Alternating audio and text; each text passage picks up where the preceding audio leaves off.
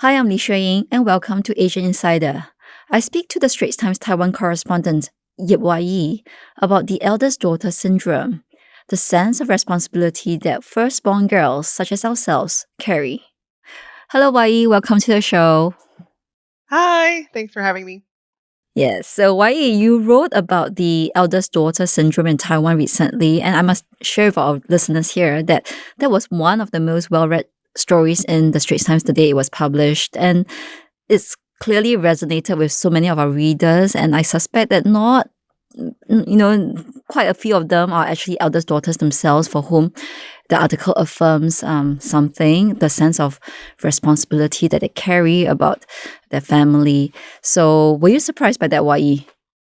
I have to say, not really, because even as I was writing it, I think there was some interest in. I was asking colleagues in the newsroom about whether they've heard of this or what do they know about this phenomenon, and the amount of discussion that was generated. So I was really not surprised by that, the fact that readers were interested, because I think a lot of people could relate. And frankly, the reason I got into writing the story in the first place was because I'm an eldest daughter Oh my myself, gosh, so am and I. yes. And Yes. when I read about, I've been seeing some chatter about this book in Taiwan Yes.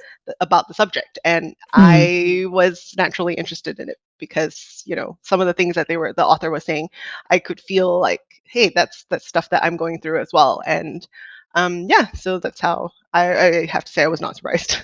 so I guess the book really spoke to you yourself personally.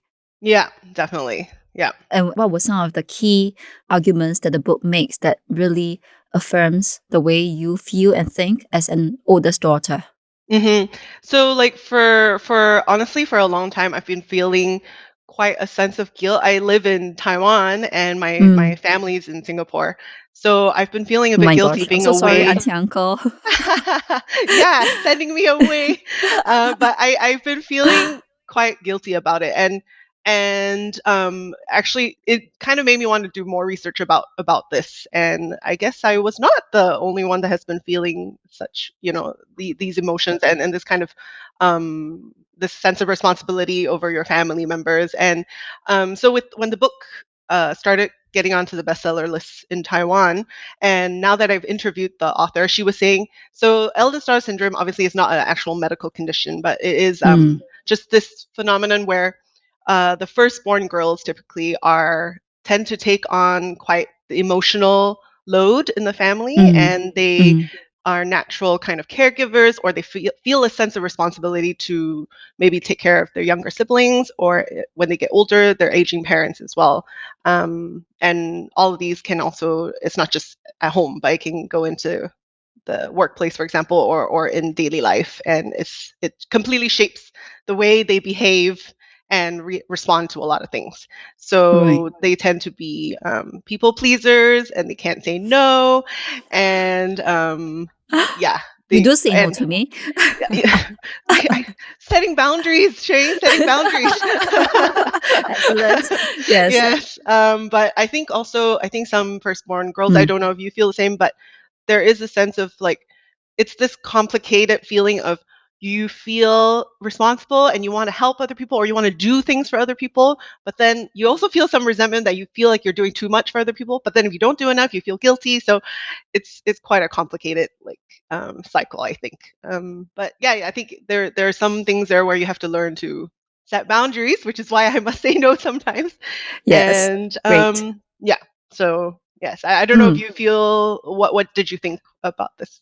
Yeah, I mean, it's interesting because as an eldest daughter myself, I don't think that this necessarily applies to me because actually my younger brother does a lot of the heavy lifting when it comes to the logistics of caring for my parents.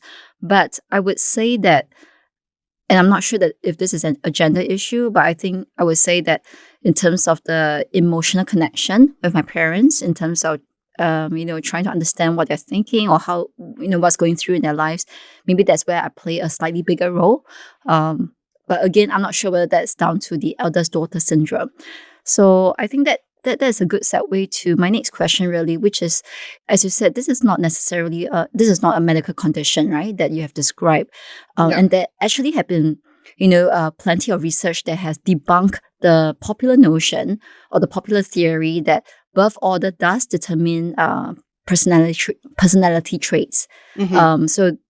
So this correlation is actually a myth that if you're a firstborn, you are necessarily a certain way. So how will you actually square that with the eldest daughter syndrome that you see in Taiwan and from what your interview with the author says? Mhm. And my own uneducated guess is that really these traits develop as a result of a socially enforced role in Taiwan and probably in the rest of East Asian societies as well. Mhm. So, Yeah. what's your take on that?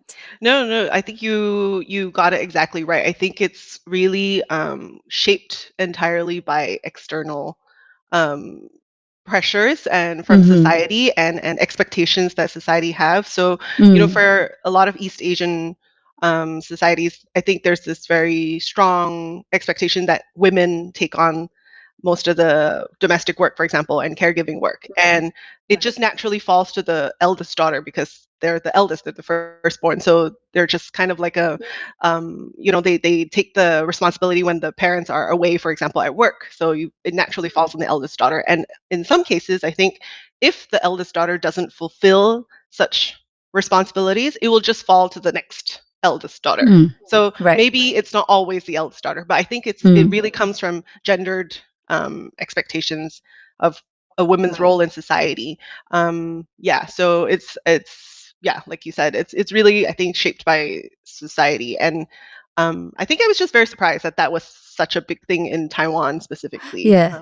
Yeah. Yeah. So, having lived in Taiwan yourself, other than talking to the author, what other examples have you seen of how work is divvied up that indicates that indeed the eldest daughter syndrome is very much well in life and very much entrenched in Taiwan Mm. society? So this actually comes up quite a lot, right, in Mm. debates right now because Taiwan is talking a lot about the birth rate crisis. So Yes. when it comes to people are not getting married, a lot of women are choosing not to get married and not to have children, and they always talk about these gender expectations. Like it's not just the cost, the money that goes into raising children or having a family, but it's really just they don't want to always be the ones taking on the domestic work at home, and they're expected to, even if they have full-time work, they have to come home and take care of their kids or take care of their aging parents.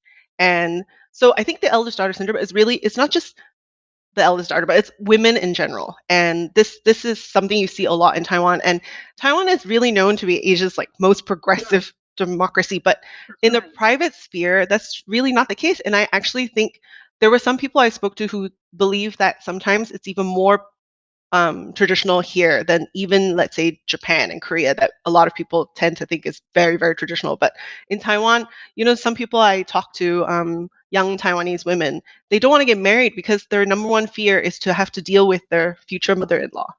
Oh my And gosh. yes, and I said, I mean, okay, that to me is like a Channel A drama or like a Taiwanese Yes. drama, but Yes. it's a very real thing that they've mentioned so many times that clearly this is a thing that they think about. And I was very surprised by that. Yeah. So it's actually very traditional. And even there's some movies recently that I saw that was quite new. I don't know if you saw Left-Handed Girl that came out, was it last year or Not the yet. year before? Yes. And Mm. it talked completely about this, where they favored the son as well. So the son carries the name in the family, but also they get maybe they can inherit the The house, for assets. example. Mm. Yes, but Yes. the woman is expected to take care of the parents and take care of the children and all that, but they do not receive the same kind of monetary kind of reward in the Right. family, and that's Mm. still happening today. Like it's just I have to say I was quite surprised in seemingly Yeah. progressive Taiwan.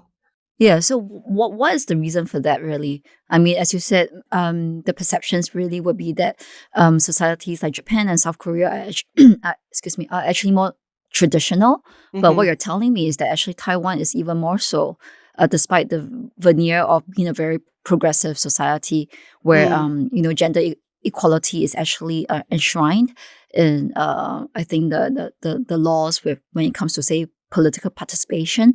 yeah. But what's really behind this?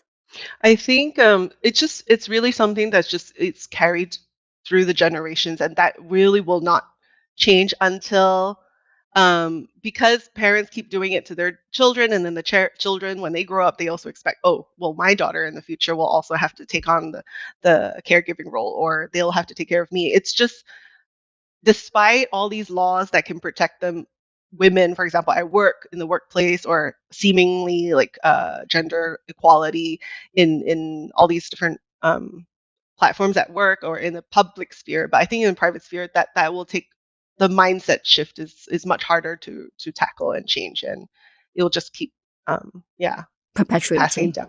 Yeah. Until I think now, because there's so few babies and there Mm, will only be maybe one child, right. that will slowly phase out, I think. Yeah. Yeah. So I guess that when you only have one child, whether you like it or not, whether the child is a boy or a Or girl, this girl, person will end up having to take care of take care of the them, then family. inherit everything. Yeah, Yeah, they will, everything will just fall on this one that's right. child, I think. So I think slowly it will kind of phase out, but for Yeah. now it's still quite a, yeah, it's still very prevalent. But what is even more insidious about this syndrome that you describe is that it Mm, actually is not confined to the private space, right? From no. your article, what I understand is that even those, the eldest daughter who feel that sense of responsibility carries that over with them into their workspaces, and into their roles. They are more, they are not nothing to do with the family. So tell me a bit more about that, and whether actually, is there a growing backlash against that? Yeah, so when I was talking to the author, she was saying that she realized that work, for example, for years, she was always the one that took on the extra work of maybe her underperforming colleagues. She just felt this sense of responsibility that she's going to get the project done and she's going to do it well, and she cannot let it just do a not a great job. Like, she has to do it very well, and she would always take on overtime work, and she always says yes. And but because of her she's so reliable, the bosses tend to just keep dumping more work on her, and she can never say no, and she just always takes, and she just does not have any sense of boundary whatsoever. And all of these things will eventually lead to issues of, like, burnout, and Mm, I think anxiety as well, and also yes. resentment, I think, for your colleagues. And yeah, so, and I also spoke to a psychiatrist for this Mm, story, who really surprised me when he said that 30 to 40% of his female clients have this issue, and that they're facing this. I mean, to me, that seemed like a quite a big percentage of yeah, his patients who say that, despite maybe they're very competent and they're clearly very doing very well at work, but they just feel completely burnt out because they feel so much of this sense of responsibility to just take on everything on their own, and tend to please other mm. people. Yeah. Yeah. And again, the other thing about this syndrome is the fact that it is not confined to Taiwan too, right? And we talk Yeah. about how we do see in East Asia as well, where many women, despite being very educated and holding good jobs, they still are very much constrained by traditional expectations of what a woman's role at home is. So coming from Yeah. Singapore yourself and also having traveled so much across the region, what do you see? How do you see this eldest daughter syndrome playing out? I mean, I think actually it's and it's not just East Asia, because even though East Asia, I think it's more obvious. But in 2024 or 2025, when the this eldest daughter syndrome kind of became a TikTok trend, and people were talking about it, like, in the US and in Europe. Mm, And right. so clearly it kind of, there's this, even though we always think of, like, East Asia being the most, I think, traditional when it comes to, like, Confucius values and what a woman's role in the house is. I think there is the similar sense of burden of the Yes. eldest daughter in Mm, many different societies, and which I think is quite fascinating, but surprising at the same time. And I think we don't think about it, or a lot of people, I think, before they knew what this eldest daughter syndrome is, or for me anyway, you don't think about these things. Like, you just take it on quietly, but then you realize, oh, there's so many people who are in the same boat as you. And yeah. and I think And the lesson here is to learn how to manage it. yes, Yeah, not as just you have. acknowledge it, but to manage it. Yes, no, Yeah. Xueying, no. I'm not doing this podcast with you. Yeah, no more. Okay. Yes.